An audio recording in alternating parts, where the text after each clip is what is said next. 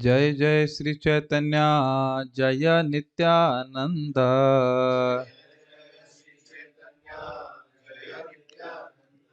जय द्वैत चंद्र जय गौर भक्त वृंदा। जय द्वैत चंद्र जय गौर भक्त वृंद। जय जय श्री चैतन्य जय नित्यानंद। जय जय श्री चैतन्य जय नित्यानंद। जय द्वैत चंद्र जय गौर भक्त वृंदा। जय द्वैत चंद्र जय गौर भक्त वृंद। जय जय श्री चैतन्य जय नित्यानंद। जय जय श्री चैतन्य जय नित्यानंद।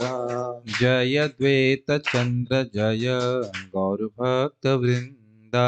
जय द्वैत चंद्र जय गौर भक्त वृंद। बस ये दिन भर लैपटॉप पे खींच खींच खींच खींच करते रहिए और कोई मृदंग की ताल मत सीखिए। आप है कि नहीं, यही करने के लिए आए हैं। अभी तो जॉब शुरू हो गया आपका? अच्छा, उसको करते रहना पड़ता है। ठीक है। ठीक है। आदि लीला सूत्र लिखी सुन भक्त गाड़ा संग। मेरे पीछे बोलना है, साथ में बोलना है। कब साथ में बोलना भी याद नहीं रहता। आदि लीला सूत्र लिखी सुन भक्त गाड़ा संक्षेप लिखिए सम्यक ना जाए लिखन। आदि लीला को मैं सूत्र रूप में लिख रहा हूं, सुनो भक्त गणों। अच्छा, आप एक बात प्रश्न आ सकता है कि जब हम सुन ही रहे हैं तो बार बार ये क्यों बोलते हैं सुनो? मतलब कहने करते कहीं ध्यान और चला गया है तो उसको ला करके सुनो। ऐसे भी आपने कई बार सुना होगा, गीता में बोलते हैं शुणु 7.1। सुन तो रहे ही हैं, लेकिन वो फिर से शैली होती है, सुनो सुनो मतलब सुनिए, ध्यान से सुनिए। संक्षेप लिखिया सम्यक न जाए लिखन। सम्यक मतलब अच्छी प्रकार से, तो कह रहे हैं संक्षेप में लिख रहा हूं, ठीक प्रकार से लिखना संभव नहीं है। क्या माय डियर डिवोटीज आप भी बताएंगे कि क्या आपको अनुवाद की आवश्यकता होती है? अनुवाद पढ़ लिया करूं? Yes, no, yes. मैं ऐसे बोलूंगा तो सब लोग यस बोलेंगे। नहीं नहीं, नो। कितने आज्ञाकारी हैं, क्या करें। ठीक है, पढ़ लेते हैं कि हो सकता है एकदम से बंगाली नहीं पिकअप कर पाते हो। हे भगवान चैतन्य के भक्तों, अब मैं आदि लीला के सूत्रों को संक्षेप में लिख रहा हूं, क्योंकि इन लीलाओं का पूर्ण रूप से वर्णन करना संभव नहीं है। तो एक प्रश्न आप लोग के मन में आ जाएगा कि अनुवाद फिर क्यों पढ़, जब अनुवाद पढ़ रहे हैं तो फिर बंगाली क्यों बोल रहे हैं? वो इसलिए कि ताकि बंगाली से थोड़ा आप लोग अभिज्ञ हो जाएं। नहीं तो क्या होगा, अनुवाद पढ़ता जाऊंगा और बंगाली प्यार कभी देखेंगे ही नहीं। और आप देखेंगे कई बार हम लोग कथा में भी कोट करते हैं बंगाली प्यार, तो बंगाली प्यार कभी देखे ही नहीं तो बंगाली समझ में भी कभी नहीं आएगी।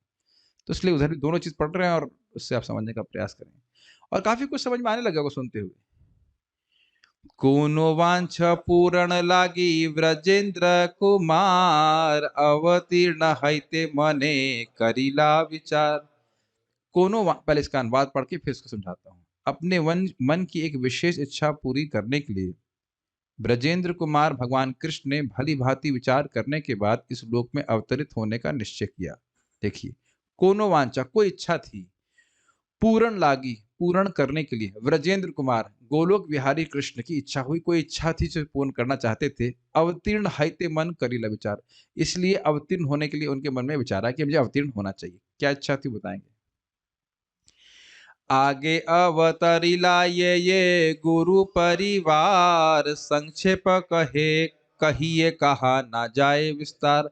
आगे अवतारीला अर्थात उन्होंने अपने पहले अवतरित करा दिया जे गुरु परिवार, जो जो उनके गुरु और परिवार के लोग थे, मतलब जो सिर्फ वरिष्ठ लोग थे, उनका अवतरण पहले हो गया। उनका संक्षेप में वर्णन करूंगा, उनका विस्तार में वर्णन करना संभव नहीं है। अतएव भगवान कृष्ण ने सबसे पहले अपने वरिष्ठ जनों के परिवार को पृथ्वी पर अवतरित होने दिया। मैं उनका संक्षेप में ही वर्णन करूंगा, क्योंकि उनका पूर्णतः वर्णन कर पाना संभव नहीं है।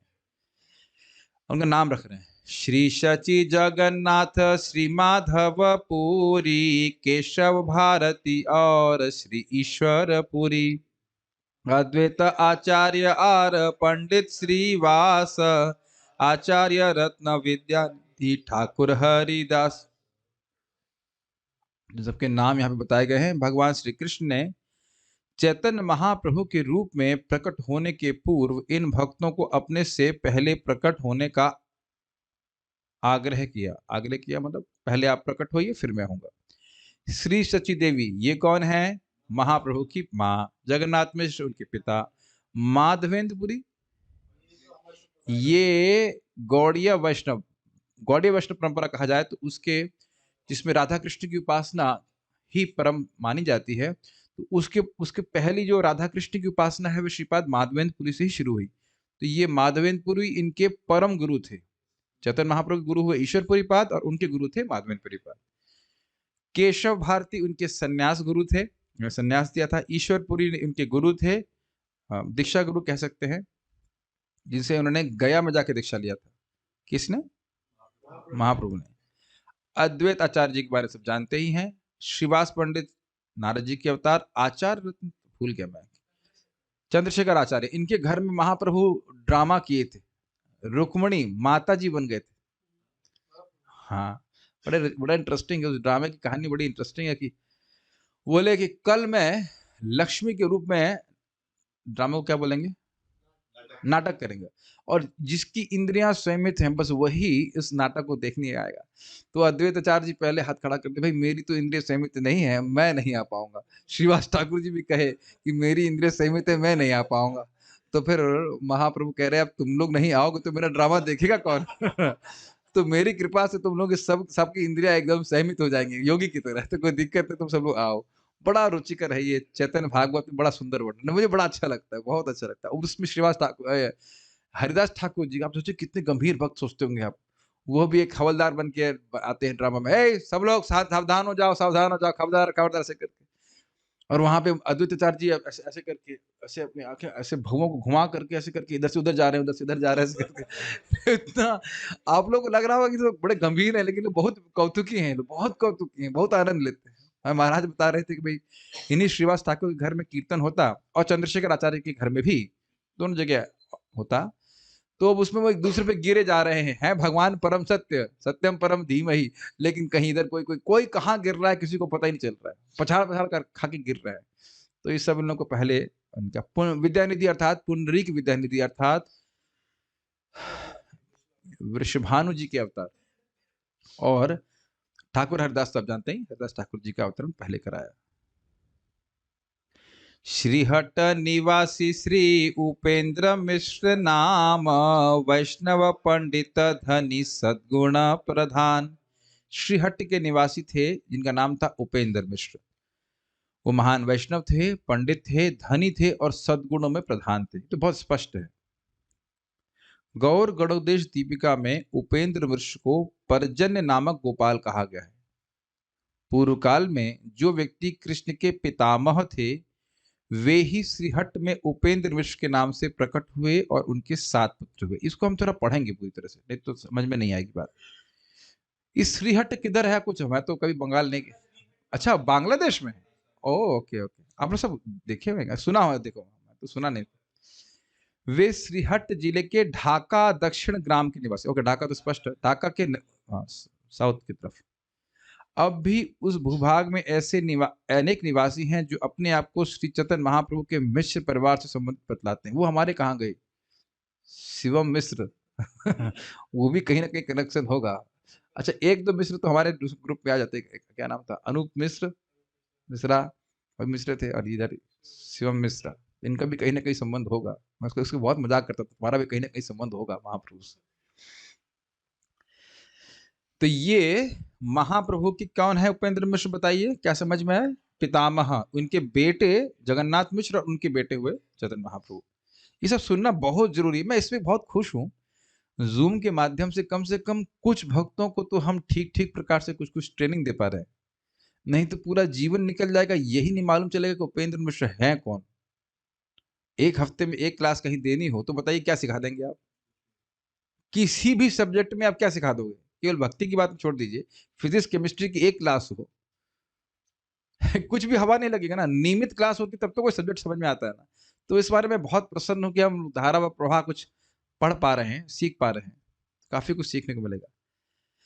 सप्त मिश्र तार पुत्र सप्त ऋषिश्वर, कंसारी परमानंद पद्मनाभ सर्वेश्वर, जगन्नाथ जनार्दन त्रैलोक्यनाथ, नदियाते गंगा वास कैले जगन्नाथ। नाम बता रहे, इसका अनुवाद पढ़ता हूँ। उपेंद्र मिश्र के 7 पुत्र थे और वे सभी परम संत तथा अत्यंत प्रभावशाली थे। इसीलिए बोल रहे हैं ऋषि और ईश्वर।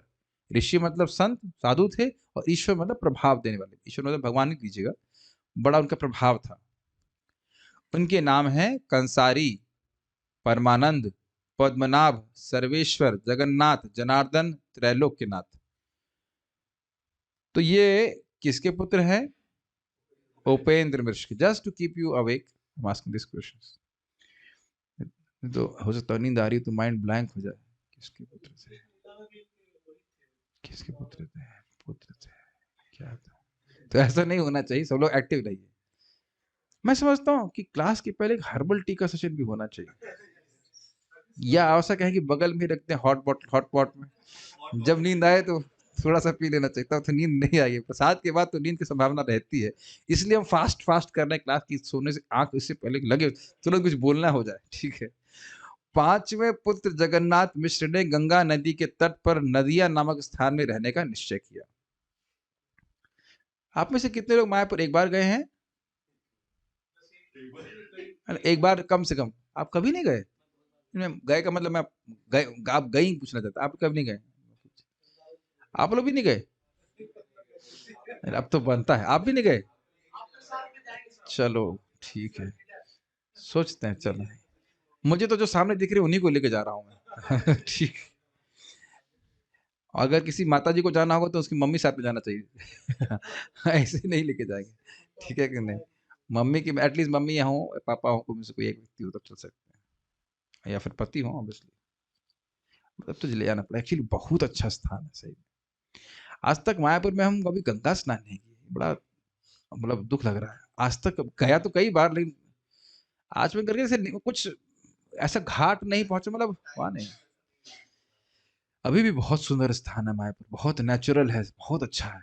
राजापुर के जगन्नाथ उस तरफ आए, वो तो पूरा उसके धान के खेत और सब अभी भी बहुत अच्छा है। अभी मतलब ऐसे तो दिव्य है स्थान, लेकिन रियली दिव्य स्थान है। एक्चुअली जाना तब चाहिए ना जब फेस्टिवल नहीं हो। यादवपति मेरे को लेके चले,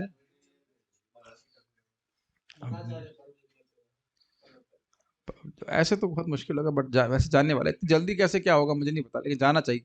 चलिए अभी हम सुन रहे हैं और उसके बाद जाएंगे हम लोग, ऐसा विचार आ रहा है तो जाएंगे, लेकिन फेस्टिवल में नहीं। फेस्टिवल में बहुत दिक्कत होगी, फेस्टिवल में जा पाते हैं। जाना ही एक बार तो कम से कम मायापुर जरूर जाना चाहिए। प्रभुपाद बोले साल में एक बार जाना चाहिए एक्चुअली। वो भी कहाँ का, अमेरिका से लोग आते हैं वहाँ पे।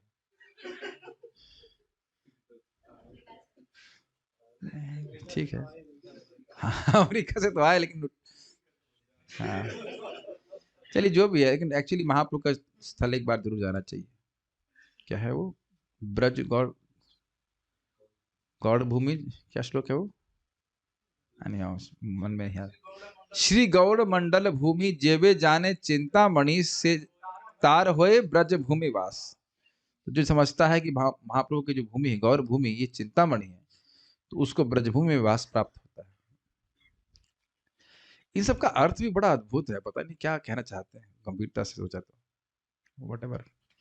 चलिए अभी हम यहाँ सुनते हैं। तो हमने सुना कि जगन्नाथ मिश्र गंगा जी के पास नदिया में निवास कर रहे थे।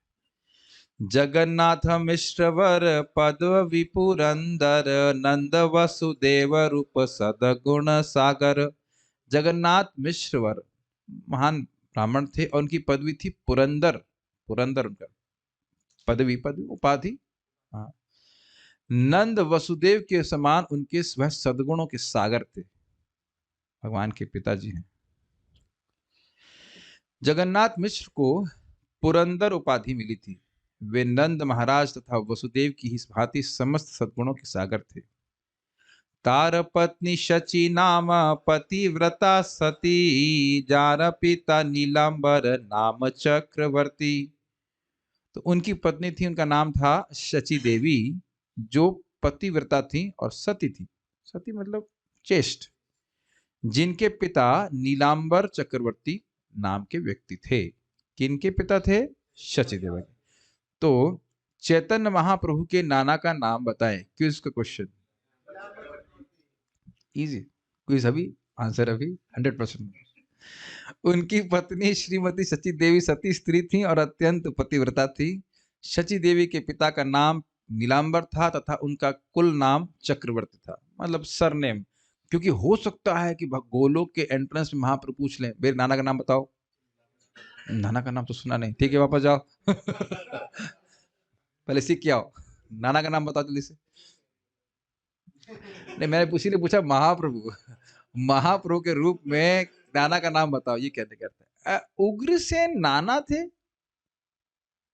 नाना मतलब देव, देखो वहां भी गलत हो गए, देवक होना चाहिए। उग्रसेन नाना नहीं थे, देखो वापस आना ही पड़ेगा। गलती हो गई। और हम कहेंगे ये सब डिटेल्स की क्या जरूरत है, क्यों नहीं जरूरत है। जिससे प्रेम करते हैं उसके नाना का नाम, नानी का नाम, सब कुछ। जिससे द्वेष करते हैं उसके दोस्तों का नाम भी जान लिया जाता है कि नहीं। समझ ही रहे होंगे। लेकिन जिसको देख लेते ना उसको भी देख ले, कौन कौन जानने वाले सब उसके। जिससे प्रेम करते जानने की इच्छा नहीं होगी। हम लोग की बड़ी बेइज्जती हुई थी एक बार। और अच्छी बेइज्जती हुई थी। हम लोग गए थे इधर, सर के संग जा रहे थे यहाँ पे परिक्रमा करने के लिए, और एक जगन्नाथ जी का मंदिर आता है, बड़ा सुंदर मंदिर। तो वहां एक भक्त थे, और अच्छे भक्त। वो पूछे, अच्छा देवकी के पिता का नाम बताओ, ये बताओ। तो हम लोग घास खोदू की तरह चुपचाप बैठे हुए। तो कहते क्या तुम लोग का प्रेम है भगवान से, कुछ जानते ही नहीं हो। और सही डांट लगाई, कुछ जान ही नहीं रहते, एकदम नए थे, 2004 की बात है। बच्चे लोग क्या समझेंगे, जानेंगे। तो ये सब जानने की जरूरत है। शिला भक्ति सिद्धांत सरस्वती ठाकुर अपने ग्रंथ अनुभाष्य में लिखते हैं, गौर गणोदेश दीपिका में उल्लेख है कि नीलांबर चक्रवर्ती पूर्व जन्म में गर्ग मुनि थे। सी, हर बार इक्वेशन वैसी नहीं मिटेगी। आप सोचेंगे कि देवक महाराज के अवतार होंगे, लेकिन नहीं, गर्ग मुनि थे। गर्ग मुनि कौन थे ये बता दीजिए। कुल पुरोहित थे वसुदेव जी के, और उन्होंने विशेष रूप से क्या लीला में भाग लिया था, नामकरण संस्कार। बड़ा रोचक है, वैसे उधर चाहूंगा नहीं, लेकिन बहुत रोचक कथा है। नीलांबर चक्रवर्ती के कुछ वंशज आज भी बांग्लादेश के फरीदपुर जिले में मगड़ोबा नामक गांव में रहते हैं। उनका भांजा जगन्नाथ चक्रवर्ती मामू ठाकुर नाम से भी जाना जाता था। किसका भांजा? नीलांबर चक्रवर्ती का भांजा, मतलब ऑलमोस्ट बेटा।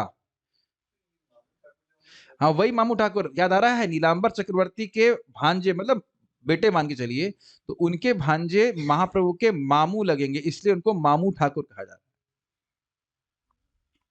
और उनका नाम था जगन्नाथ चक्रवर्ती। और वह पंडित गोस्वामी का शिष्य बनकर जगन्नाथपुरी में टोटा गोपीनाथ मंदिर के पुजारी के रूप में रहते थे। यह भी हम पढ़ चुके हैं गदाधर पंडित जी की उपशाखाओं के। नीलांबर चक्रवर्ती बेल पुकरिया के निकट नवदीप में रहते थे। आप सब जानते हो सबके बारे में क्या? बेल पुकरिया आप जानते हैं?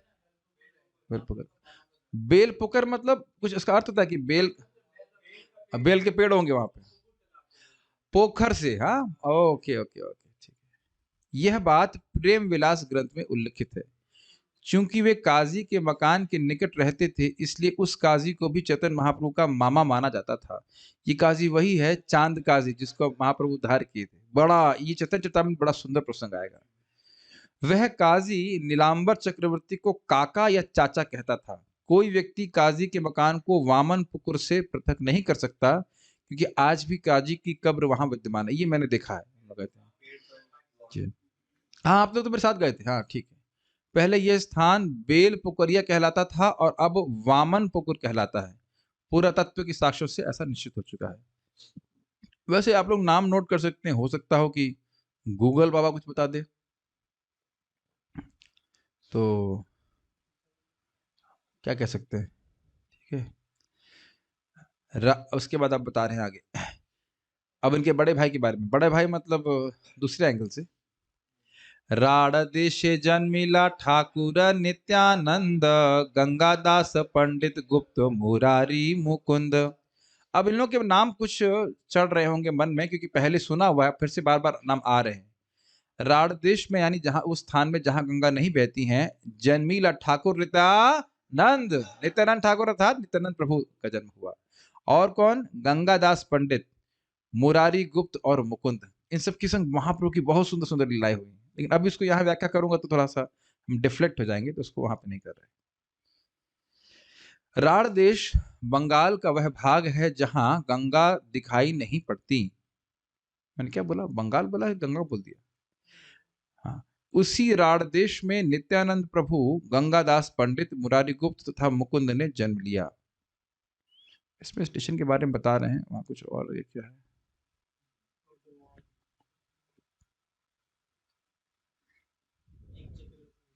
हाँ, यहां से पढ़ते हैं।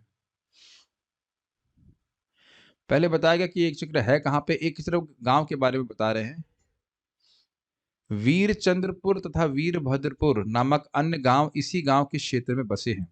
वीरभद्र गोस्वामी के पवित्र नाम के सम्मान में ये स्थान वीरचंद्रपुर तथा वीरभद्रपुर के नाम से विख्यात है। ये एक चक्र के पास में है।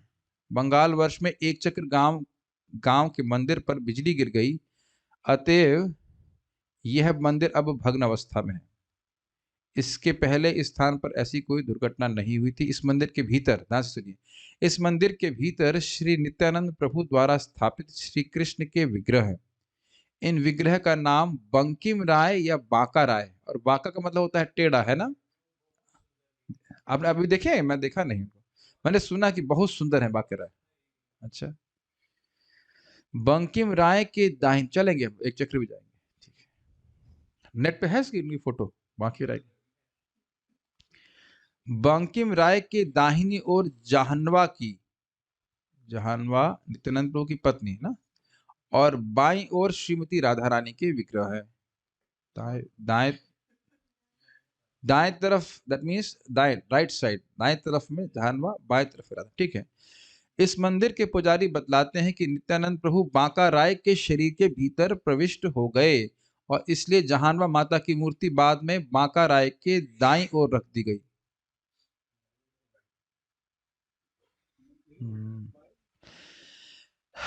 अब जो भी कारण है, इसलिए तो मैं कुछ कनेक्ट नहीं कर पा रहा हूं कि किस लिए, लेकिन ये बात आप लोग को मालूम चली कि नित्यानंद प्रभु किस में प्रवेश किए थे, कैसे अंतर्धान हुए, बांका राय में, और महाप्रभु टोटा गोपीनाथ में। ये टोटा गोपीनाथ कहाँ पे है? हाँ, पुरी में, मायापुर में नहीं, पुरी में। अब आपके संग हो रहा है कि नहीं हो रहा है? सोच रहे हैं पूरी मुख से निकल रहा है मायापुर, है कि नहीं? हाँ, तो हो जाता है ऐसा कभी। ये सब बहुत सुंदर स्थान है। टोटा गोपीनाथ आप लोग अगर गए हो, बहुत शांत और बहुत सुंदर तरह से, बहुत अच्छा स्थान, बहुत अच्छा स्थान। इसके बाद उस मंदिर में अनेक मूर्तियां स्थापित की गईं। इस मंदिर के भीतर एक अन्य सिंहासन पर मुरलीधर तथा राधा माधव के विग्रह हैं। मैं एक प्रश्न करना चाहूंगा, जिन भक्तों को पता, मुझे नहीं पता, क्या एक चक्र में ये मंदिर अब इस्कॉन के अंतर्गत है? नहीं, नहीं है ना, इस्कॉन का अलग अपना सेंटर है ना एक चक्र में। अच्छा,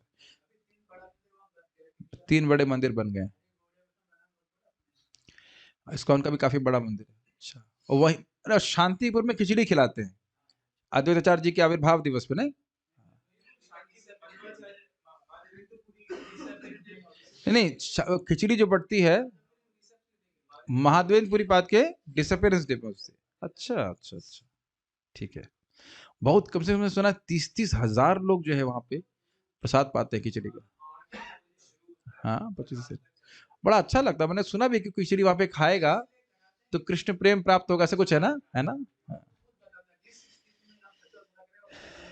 हाँ, तो आप लोग सुन रहे हैं, कुछ सुनाई पड़ रहा है? जो माधवेंद्रपुरी पाद के तिरुभाव दिवस पर शांतिपुर में प्रसाद वितरण करता है, उसे महाप्रभु की कृपा से गोलोक की प्रेम की प्राप्ति होती है।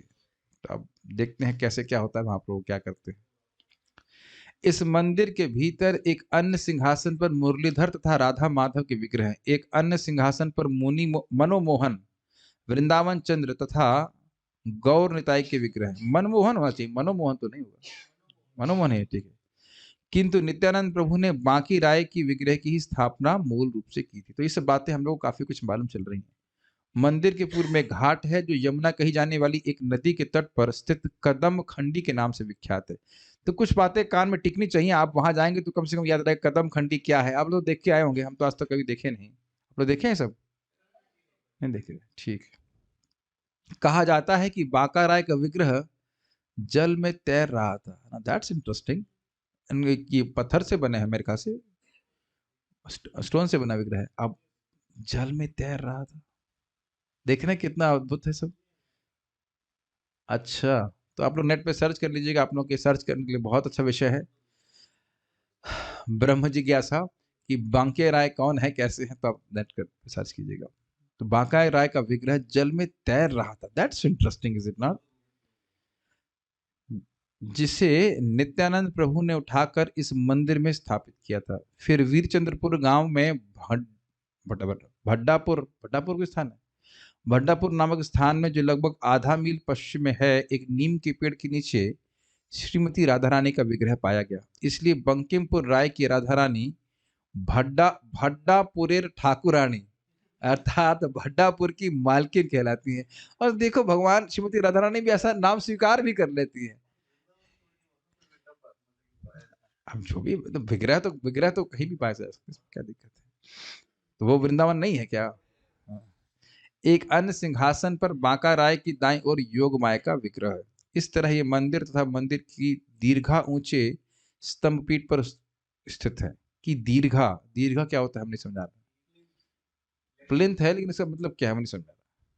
और मंदिर के सामने कंक्रीट का बना कीर्तन भवन है। कहा जाता है कि मंदिर के उत्तर में शिव जी की मूर्ति थी जिसका नाम भांडीश्वर था और जिसकी पूजा नित्यानंद के पिता हड़ाई पंडित करते। तो ये सब कुछ कृष्ण कथा है, इसीलिए तात्पर्य में यहाँ पे रखा जा रहा है। किंतु अब भांडीश्वर की मूर्ति वहां नहीं है और उसके स्थान पर जगन्नाथ स्वामी का विग्रह स्थापित किया गया है। वास्तविकता तो यह है कि नित्यानंद प्रभु ने कोई भी मंदिर नहीं बनवाया। क्या किया था नित्यानंद प्रभु ने, बताइए? बांके राय के विग्रह की स्थापना करी थी, मंदिर नहीं बनवाए। यह मंदिर वीरभद्र प्रभु के समय में बनाया गया था। बांग्ला वर्ष 1298 यानी 1891 ईस्वी में यह मंदिर जीर्ण अवस्था में था। अतएव शिवानंद स्वामी नामक एक ब्रह्मचारी ने इसका जीर्णोद्धार कराया। और क्या है, इस मंदिर में 17 सेर चावल तथा पर्याप्त मात्रा में शाक से बना भोजन अर्चा वगैरह को अर्पित करने की व्यवस्था है। इस समय by the way Chaitanya Mahaprabhu को साग बहुत पसंद है। ठीक है, 32 का अब एक ही बना ले। यहाँ पे नॉर्थ इंडिया में तो बहुत है, यहाँ पे साग बनाना आता नहीं, लेकिन उनको बहुत पसंद है इस समय जो। ठीक है, और कुछ नहीं, नहीं पढ़ने वाली बातें सब। इस समय जो मंदिर के, क्या पढ़ा था मैं? इस मंदिर में 17 सेर चावल तथा पर्याप्त मात्रा में शाक से बना भोजन राजा वगैरह को अर्पित करने की व्यवस्था है। इस समय जो मंदिर के पुजारी हैं वे गोपीजन वल्लभानंद के परिवार के हैं, जो नित्यानंद प्रभु की एक शाखा है। इस समय का मतलब समझ रहे हैं? किस समय? शिला भक्ति सिद्धांत ठाकुर जी के समय के। अभी क्या होगा मुझे नहीं पता। प्रभुपाद जी उसको सीधे लिख दिया है इस समय। अभी इस समय मतलब प्रभुपाद जो तात्पर्य लिखे हैं तब क्या है, बिफोर 77 और पहले 71 के अराउंड होगा, तब उससे और पहले आप सोच सकते हैं कि क्या होगा। इस मंदिर के नाम पर यह भूमि है और इस भूमि की आमदनी से इस मंदिर का खर्च चलता है। ये बड़ी इंटरेस्टिंग बात है कि मंदिरों के नाम पर बहुत भूमि हुआ करती थी, आज भी बहुत होती है, और उससे जो आमदनी होती थी मंदिर चलते थे। अब क्या हो गया, उसको खा गए सब। इसलिए मंदिर में डोनेशन की जरूरत पड़ती है। नहीं तो पहले राजा लोग बहुत बहुत मतलब एकड़ के एकड़ दिया करते थे मंदिर के नाम पर। हमें बता रहे थे कि जगन्नाथ जी के नाम पर कई कई गांव हैं, मेनी विलेजेस, लेकिन अब सब उसको और मुझे बता रहे थे भक्त लोग, कोई पता नहीं यहाँ पे उड़ीसा से तो है नहीं। आप लोग उड़ीसा से ना? कोई नहीं, कोई भी नहीं। तो वहां पे वो जगन्नाथ जी के लिए गांव के जो लोग हैं ना, वो एक प्रकार से सब लोग टैक्स देते ना, उस तरह से अन्न चावल सब दिया करते थे और वही जगन्नाथ जी को भोग लगता था। लेकिन अब वो सब समाप्त हो गया, धीरे धीरे हो रहा है। सब तो नहीं, लेकिन काफी मात्रा में समाप्त हो गया। और ये कोई आप कभी आपने सोचा है, मुझे बहुत बता रहे थे कि 20% इज इट नॉट, अमेरिका में 30% टैक्स लेते हैं एक मतलब स्लैब के बाद। अब 30% जो टैक्स ले रहे हैं, क्या उसका उसका वो क्या उपयोग करते होंगे? केवल इंद्रिय तृप्ति। देखा जाए तो व्यक्ति मतलब एक तरह से रोना आना चाहिए कि मेरा 30% गाढ़ी कमाई केवल इंद्रिय तृप्ति के लिए उपयोग होगा, या फिर ये स्पेस प्रोग्राम और वो तो इंद्रिय तृप्ति भी नहीं कह सकते। हाँ, इंद्रिय तृप्ति है एक प्रकार की बेवकूफी में खर्च होगा, है कि नहीं? और अगर किसी तरह से मानो एक राजा वैष्णव होता तो वो 30% जो भी लेता, 25% जो भी कुछ लेता, तो वह भगवान की सेवा में लगाता, एटलीस्ट जन कल्याण के लिए लगाता। कितना दुर्भाग्य है कलयुग में, है कि नहीं? मतलब व्यक्ति ना भी चाहे गलत काम में पैसा लगाने के लिए जबरदस्ती लेकर के गलत पैसा लगाया जा रहा है कि नहीं? और यहाँ पे देखिए, अगर जो व्यक्ति कुछ भी दान चावल कुछ भी देता जगन्नाथ के लिए, भगवान के लिए और जगह भगवान के विग्रहों के लिए, तो कितना लाभ होता। एनीवेज, क्या कर सकते हैं। पुजारी गोस्वामियों के 3 दल हैं जो बारी बारी से मंदिर व्यवस्था अपने हाथ में लेते हैं। छोटा सा क्विज क्वेश्चन है, ये और कहाँ पे होता है? वाओ! सही आंसर। उडुपी में 2-2 साल, हर 2 साल मैं समझता हूँ उसमें जो है ग्रुप्स हैं और वो लोग भगवान के विग्रह की सेवा करते हैं। तो 12 साल में 1 बार शायद एक ग्रुप का नंबर आता है। बहुत अच्छा बात है, गुड, नाइस। इस मंदिर से कुछ ही पग आगे विश्रामतला नामक स्थान है, जहाँ पर यह कहा जाता है कि नित्यानंद प्रभु बचपन में खेल के समय अपने मित्रों के साथ वृंदावन की लीलाएं तथा रास लीला रचाया करते थे। ये आप चैतन्य भागवत में पढ़ेंगे तो बड़ा अद्भुत वर्णन है। इतना इतना वो विभोर हो जाते थे। किसका फोन में बज रहा है? इसको साइलेंट पे तो रखिए। I am very sensitive about this. हाँ, एक बार बात आ रही तो हम बोल दे रहे हैं। नित्यानंद प्रभु वो लीला कर रहे थे, कौन सी? राम लक्ष्मण वाली लीला, जिसमें लक्ष्मण जी को शक्ति बाण लगना था। तो क्या है कि यदि मैं बेहोश हो जाऊं तो तुम वहां से कुछ पत्ते तोड़ के लाना, सुखा देना, मैं होश में आ जाऊंगा। तो एक जो उनका ही मित्र, क्या नाम था उसका, जिसने शक्ति चलाया था? इंद्र इंद्रजीत। तो इंद्रजीत मेघनाथ बना, तो उसने शक्ति चला दिया और नित्यानंद प्रभु को, बालक नित्यानंद प्रभु को लगा और वो बेहोशी हो गए और ऐसा लगा कि मर गए प्राय। अब उनके सारे मित्र सारा नाटक भूल करके सब रोना चालू कर दिया, अरे क्या हो गया नित्यानंद को, माता पिता सब आ गए। तो इतने में एक व्यक्ति बच्चे को समझा कि अरे नित्यानंद क्या बोल रहे थे, क्या करना है। तो तुरंत वहां पे गए, एक पास के स्थान से वो पत्ती लाने के लिए। उतने देर में एक व्यक्ति जो है वहीं छुपा हुआ था सरोवर में, उन्हीं का दल का। तो उनको टांग पकड़ के खींचने लगा, उसको मार के आते ऐसे करके, और ऐसा लीला कर रहे हैं, पूरा अभिनिविष्ट हो जाते हैं। और एक पूछा गया, जहां तक मुझे स्मरण आ रहा है, पूछा गया कि ये सब तुमको लीला बताए कौन? तो कहते ये सब हमारी ही लीला है।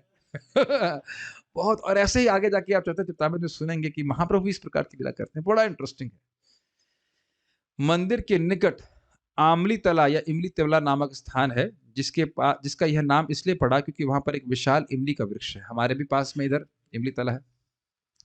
नेड़ादी संप्रदाय के अनुसार वीरभद्र प्रभु ने 1200 नेड़ाओं अर्थात बौद्ध भिक्षुओं की सहायता से एक महान सरोवर खुदवाया, जिसका नाम श्वेत गंगा है। और कुछ बातें यहाँ से और उसमें विशेष नहीं बता रहे हैं, ठीक है।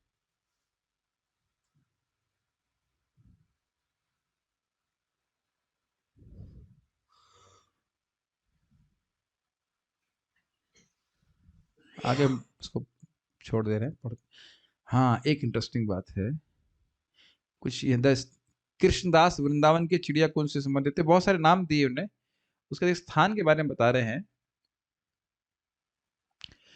गर्भवास के निकट कोई स्थान इसमें बताया गया है। गर्भवास के निकट बकुल ताल नामक स्थान है, जहां श्री नित्यानंद प्रभु तथा उनके मित्र झाल झपेटा खेल खेला करते थे। अभी झाल झपेटा क्या है ये भी समझ में नहीं आ रहा है,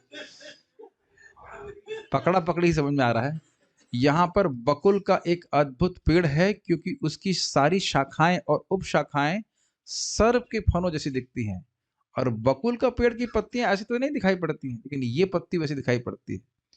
ऐसी मान्यता है कि श्री नित्यानंद प्रभु की इच्छा से साक्षात आनंद देव इस प्रकार प्रकट हुए, क्योंकि वह उनके विस्तार थे।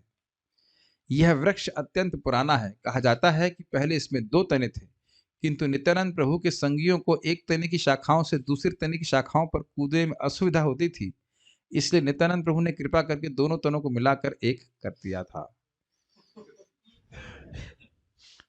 पास ही हांटू गाड़ा नामक स्थान है। कहा जाता है कि नित्यानंद प्रभु यहाँ पर सारे तीर्थों को ले आए थे, इसलिए आसपास के लोग गंगा नदी में स्नान करने के बजाय इस स्थान पर आते हैं। कुछ नित्यानंद प्रभु की लीला समझ में आ रही है आपको? ठीक है, खाली पढ़ने से समझ में आ जा रहा है, ठीक है। इसका नाम हांटू गाड़ा इसलिए पड़ा क्योंकि यहाँ पर शीला नित्यानंद प्रभु दधी चीड़ा उत्सव मनाते थे, जिसमें वे दही तथा चिवड़ा प्रसाद रूप में बांटते थे और घुटने के बल झुककर प्रसाद लेते थे। भाई ये हमारे बंगाली एडिटर्स बताइए, हांटू गाड़ा का मतलब क्या हुआ? नी, अच्छा, यानी कि अपने हांटू मतलब घुटना और गाड़ मतलब गाड़ देना जमीन पे, है ना? घुटने घुटने करके चलना। ओ अच्छा,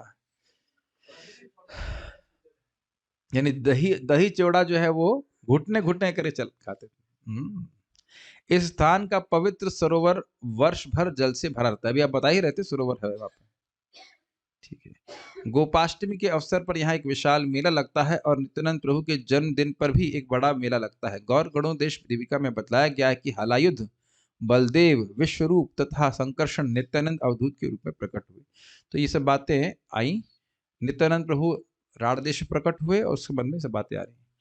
असंख्य भक्तेर कराइला अवतार, शेष अवतीर्ण हैला ब्रजेंद्र कुमार। इस प्रकार से असंख्य भक्तों को अवतरित करा करके शेष बाद में अवतीर्ण हुए श्री ब्रजेंद्र कुमार निमाई पंडित के रूप में। ब्रजेंद्र कुमार भगवान कृष्ण ने सर्वप्रथम असंख्य भक्तों को प्रकट होने दिया और अंत में वे स्वयं प्रकट हुए। कैसे प्रकट हुए? बड़ा सुंदर है। प्रभुर आविर्भाव पूर्वे व्रत वैष्णव गण, व्रत नहीं होना चाहिए, यत, व्रत का तो अर्थ ही पूरा चेंज जाता। Thank you. जरूर मैंने कई जन्मों में पुण्य अर्जित किए होंगे जब मुझे ऐसे एडिटर्स मिले हैं जो एक अपौरुषीय ग्रंथ को ही चेंज कर देते हैं, यत का व्रत कर देते हैं। व्रत, मैं बोलने वाला था कि वैष्णव गण सब व्रत लिए, व्रत कर रहे, अर्थ ही पूरा चेंज हो जाएगा। कोई बात नहीं। अब तो हमारे वो एडवांस्ड एडिटर भी हैं, वो कहाँ है? वो भी नहीं देख रहे हैं कुछ। ठीक है, अच्छा इस चैप्टर को नहीं कर रहे हैं। अच्छा ये चैप्टर पढ़ना महत्वपूर्ण नहीं, इसकी एडिटिंग जरूरत नहीं है। चलिए अब क्या कटाक्ष करें, 10 मिनट बाकी है। प्रभुर आविर्भाव पूर्वे यत वैष्णवगण, भगवान महाप्रभु के आविर्भाव से पहले जो भी वैष्णवगण थे, अद्वैत आचार्य स्थाने करे न गमन, वह अद्वैत आचार्य के स्थान पर गए। श्री चैतन्य महाप्रभु के प्रकट होने के पूर्व नवद्वीप के सारे भक्त अद्वैत आचार्य के घर में जुटा करते थे। बहुत सुंदर बात है, बहुत सुंदर प्रसंग आएगा। क्या करना है एक वैष्णव को और वैष्णव संघ में हमें क्या करना है, ये एकदम स्पष्ट हो जाएगा। बहुत अच्छा है। गीता भागवत कहे आचार्य गोसाई, ज्ञान कर्म निंदी करे भक्ति र बढ़ाई। एकदम स्पष्ट है। भगवत गीता, श्रीमद् भगवत गीता, श्रीमद् भागवतम पे प्रवचन करते थे आचार्य गोसाई अर्थात अद्वैत आचार्य। तो कभी कभी कहते हैं ये प्रवचन की क्या जरूरत है, तो अद्वैत आचार्य से ज्यादा बड़े हो गए हैं हम लोग। बताइए, महाभागवत हो गए क्या? और ये इनसे बड़े महाभागवत हो गए क्या? कभी कभी कहते क्या यहाँ पे सुबह भी क्लास और शाम को भी क्लास? बता ही रहते यहाँ पे, वहां मत जाओ, दोनों टाइम क्लास होती है। है कि नहीं? यहाँ देखिए क्या लिखा हुआ है। क्या करते थे? ज्ञान कर्म निंदी करे, ज्ञान योग कर्म योग के, कर्म कांड ज्ञान कांड की वह निंदा करते थे, इसे कोई जरूरत नहीं, मत करो। भक्ति बढ़ाई और भक्ति की प्रशंसा करते थे। तो यही है भागवत और भगवत गीता को पढ़ने का उद्देश्य। और एक अन्य व्यक्ति को महाप्रभु डांटे, वो खूब भागवत प्रवचन करते लेकिन भक्ति, क्योंकि भक्ति के संप्रदाय से उसको स्वीकार नहीं किए थे, तो यह कंक्लूजन ड्रॉ नहीं करते, यह सार प्रस्तुत नहीं करते कि सभी भक्ति का मतलब सभी साधनों का सर्वश्रेष्ठ साधन है भगवान की भक्ति करना। तो उससे महाप्रभु बहुत क्रोधित हुए थे। वैष्णवों की इन सभाओं में अद्वैत आचार्य भगवत गीता तथा श्रीमद् भागवतम सुनाया करते थे, जिसमें वे दार्शनिक चिंतन तथा सकाम कर्म की निंदा करते और भक्ति की सर्वश्रेष्ठता स्थापित करते थे। कुछ लोगों को यह समझ में नहीं आ रहा होगा, अगर कोई नया है, कि भाई ये सकाम कर्म क्या है। सकाम कर्म मतलब कामना से युक्त होकर किए गए कर्म, स्वर्ग आदि, पुत्र आदि इत्यादि इन सबको प्राप्त करने की इच्छा से युक्त होकर के जब कोई यज्ञ इत्यादि करते हैं तो उसको सकाम कर्म कहते हैं। आप लोग एज्यूम कर लोगे, बहुत बार एक बात पूछे, जी यज्ञ क्या होता है? कोई बात नहीं, नए थे ये इसलिए एक्सप्लेन करते हुए चलना पड़ता है। दार्शनिक चिंतन क्या है? ये ब्रह्म नहीं है, ये ब्रह्म है, ये ब्रह्म नहीं है। इस प्रकार से निर्विशेष ब्रह्म का अनुसंधान करना, रिसर्च करना, ये सब दार्शनिक चिंतन में आ जाएगा। इसका अर्थ यह नहीं कि दर्शन की आवश्यकता नहीं है। क्या हम लोग वैष्णव दर्शन को नहीं पढ़ते हैं? पढ़ते ही हैं, लेकिन दार्शनिक चिंतन में भगवान का चिंतन नहीं होता, भक्ति के बारे में चर्चा नहीं होती। Make sense?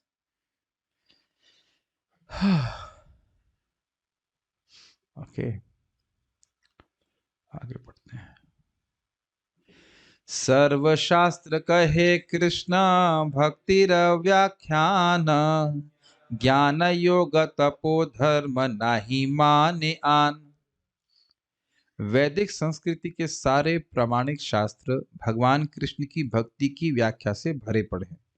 इसलिए भगवान कृष्ण के भक्त दार्शनिक तर्क, योग, व्यर्थ तपस्या एवं तथाकथित धार्मिक अनुष्ठानों को मान्यता प्रदान नहीं करते।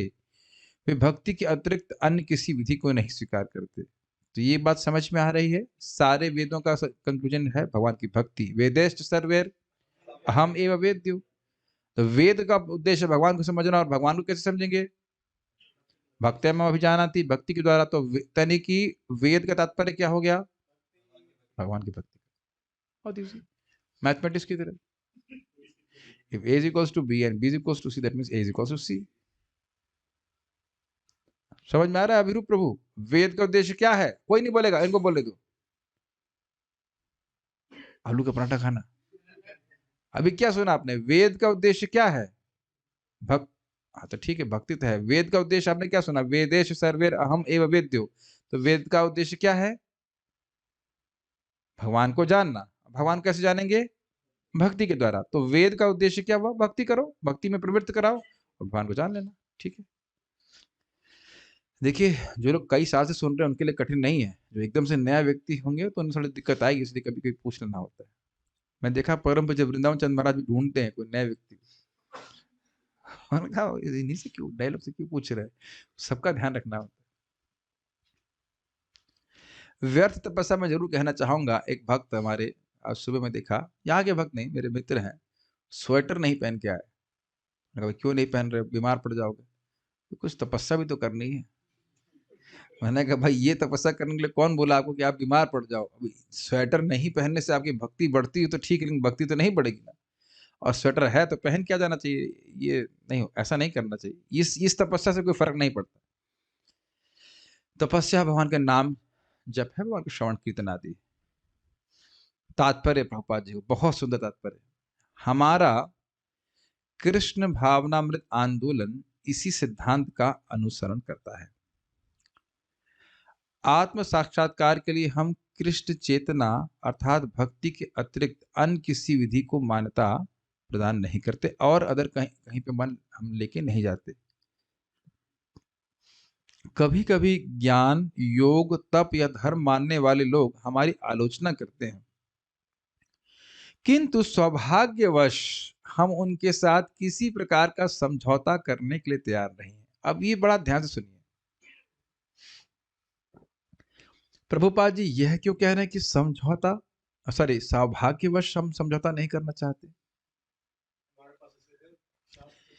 हमारे पास शास्त्र है, बहुत सही बात, ये भी सही पॉइंट है। और हमारे पास सहज श्रद्धा है उन शास्त्रों में जो निरूपण कर रहे हैं, भक्ति की महिमा जान रहे हैं। तो अपने ही दुर्भाग्य का निर्माण करेगा वो व्यक्ति कि उस श्रेयास्त्रितिम भक्ति मुदस्सते विभो, जो परम श्रेय का मार्ग है भक्ति, उसको छोड़ करके अब उससे अत्यंत हीन मार्ग को पकड़े। मानो किसी को पाप हो गया है, अब क्या भगवान के नाम से अधिक कोई शक्तिशाली वस्तु है? तो समझौता करने की जरूरत नहीं। समझ रहे हैं कि हाँ थोड़ा कर्म भी कर ले, कुछ ज्ञान भी चलना चाहिए, कुछ आध्यात्मिक अनुशीलन में। ये बात समझ लीजिए कि आध्यात्मिक परफेक्शन के लिए भक्ति के अलावा हमें और कुछ करने की जरूरत नहीं। मैं पहले भी बोल चुका हूं कि अपने जीवन में कोई भी न्यूनता देख रहे हैं, कुछ भी कठिनाई देख रहे हैं, तो वो भक्ति करने से ही जाएगी। उसके बराबर और किसी भी प्रोसेस को रखना ये भक्ति के प्रति अपराध है। Does it make sense? कोई समझौता करने की जरूरत नहीं। मान लो हृदय में गंदगी है, जो कुछ भी आप सोच रहे हैं वो जाएगा कैसे? भगवान की बात। ये बात बहुत सिंपल लगती है, लेकिन भक्त को हर बार ये प्रश्न, प्रभु जी we are infected with so many inner thoughts and we have such a big problem with our heart and how do purify our hearts? ये प्रश्न बड़ी नम्रता से, बड़ी कातरता से पूछा जाता बार बार बार बार। हमारे हृदय में काम क्रोध है, कैसे जाएगा? यही, और कोई तरीका नहीं, यही बार बार हरे कृष्णा कृष्णा कृष्णा हरे हरे, हरे राम राम राम हरे हरे। श्रीमद् भागवतम का श्रवण प्रसाद, यही, कुछ और कुछ नया नहीं करना, ये करते रहना। तो बड़ा सुंदर प्रपात कर रहे हैं। हमको समझौता नहीं, हम कोई कॉम्प्रोमाइज नहीं कर सकते। हम मात्र भक्ति के धरातल पर खड़े होकर उन्हीं सिद्धांतों का सारे संसार में प्रचार करते हैं। तार संगे आनंद करे वैष्णवेरा गाढ़ा, कृष्ण कथा कृष्ण पूजा नाम संकीर्तन।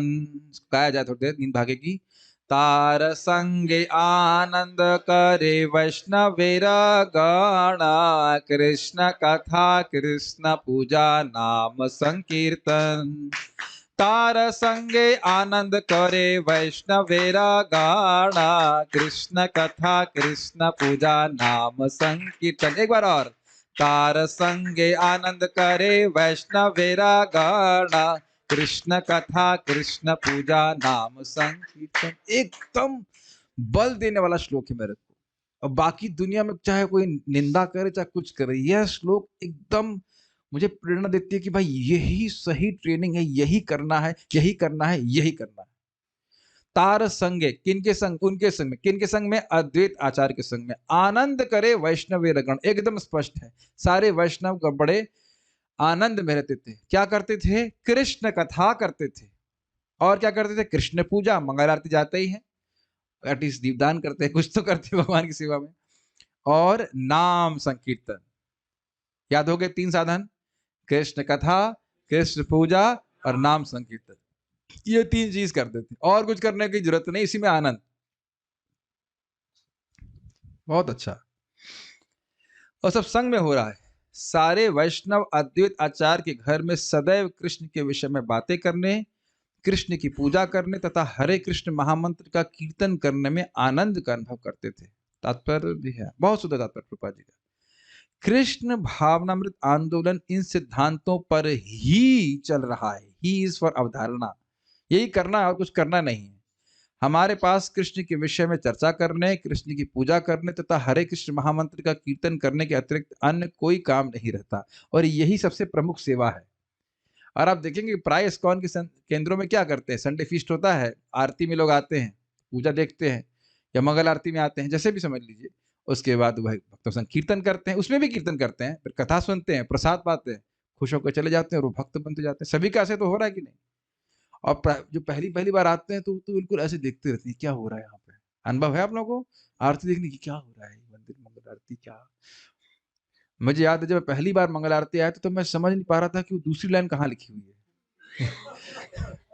अब इस तरह से नहीं लिखा रहता, ऐसा अभी लिखा हुआ है, वो लेफ्ट राइट लिख रहे थे। तो पहली लाइन तो समझ में आ जाती, तो दूसरी लाइन कहाँ गा रहे हैं ये, किधर गया? थोड़ा कंफ्यूजन रहता था। ऐसे पढ़ने की आदत थी, ऐसे ऐसे करके हमने देखा ना, कभी कभी आरती ऐसे ऐसे लिखी रहती है, ये आधा इधर लिखा रहेगा, उसका आधा इधर लिखा रहेगा। अब तो खैर वो चेंज हो गया, बहुत पहले की बात कर रहा हूँ मैं, 2003 की बात कर रहा हूँ। तो ऐसे रहता है, सब देख रहे क्या हो रहा है, गुरु पूजा और ये क्या हो रहा है, और भागवतम। कुछ समझ में नहीं आता है, लेकिन इस प्रकार से व्यक्ति करता है तो शुद्ध होता जाता है। और वो मतलब बेसिकली काम यही करना है, इसी से सिद्धि मिल जाएगी, यही करती है इस, और इसके सेंट्रिक हमारा जीवन होना चाहिए। इन कार्यों को करने के लिए हमारे पास खूब समय होना चाहिए, ये कहने का आशय। लेकिन इसके बाद उन्होंने क्या देखा वो हम कल सुनेंगे। उन्होंने देखा कि आदित्याचार्य जी ने देखा कि वह तो सब लोग आनंद में थे, लेकिन जगत भगवान से विमुख था, तो वो उनको दुख हुआ। उन्हें क्या किया उसको आप कल सुनिएगा। आज हम थोड़ा पहले समाप्त कर दे रहे हैं। श्री चैतन्य चरितामृत की जय, श्रील प्रभुपाद की जय, ताई गौर प्रेमानंद।